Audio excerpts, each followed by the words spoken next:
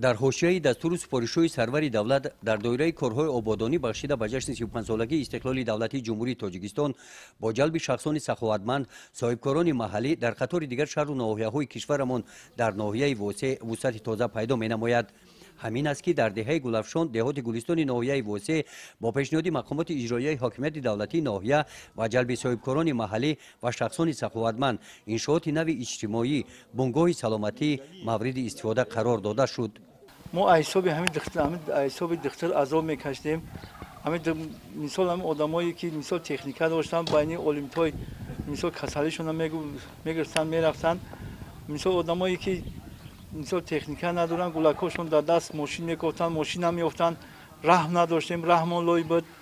انا دیگه همین صاحبکار همینجا یک وقتی که میاد همینجا تماشا میکنه که یک همین کسلیدار همین کسلیش هم ماشین میکوفت نمیوه، بعد قچاقش نمیگیره، روزی باران انا میگیره میروه، همین میروه قطعی برادراش و اویلاش مصلحت میکنه که من یک همین روز یک کار دیدم که همین آدما حساب همین دخترخانه عذاب کشیدن، همین دختر نمیرسه، چخیله که همین جا یک دخترخانه بنا کنیم و همین خلق را توفا کنیم.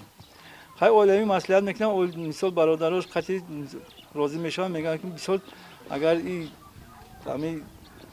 اگر ایهوداش ببره بسیار کاری نازد.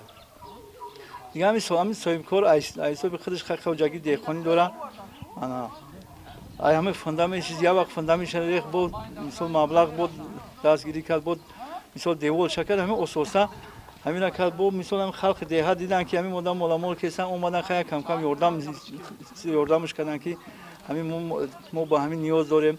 با برآمده همینجا بچه‌های برآمده هم صاحبکارایی که مثال همین رئیس ناحیه اجازه بده که ما را اینجا مثال یا مکتب مثال حساب خودمون میکنیم میسپاریم.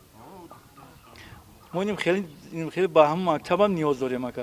اگر همین رئیس ناحیه دستگیری ممکنه و مثال همین اجازه ما بده که مثال همین یا مکتب کنیم، ما حساب خودمون هم حساب همین صاحبکارای همین دهه گلوشان یا مکتب میکنیم میسپاریم.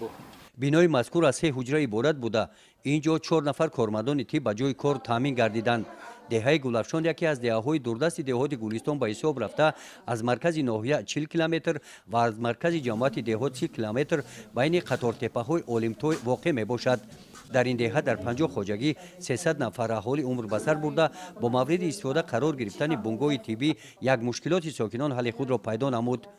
در ملاقات با ساکنان جانشین رئیس ناحیه وسع قید نمودند که دسترسی به کمک اولیه طبی سانیتری، بلند برداشتن سطح خدمترسانی طبی در دهات‌ها در مرکز توجه حکومت جمهوری و مقامات اجرایی حاکمیت دولتی ناحیه قرار دارد.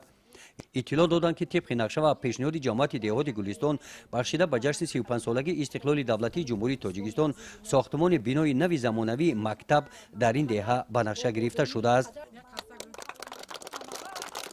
گزارش خواجه نظریف خدای نظر ظهروف از ناحیه وسع برای برنامه اطلاعاتی نوید.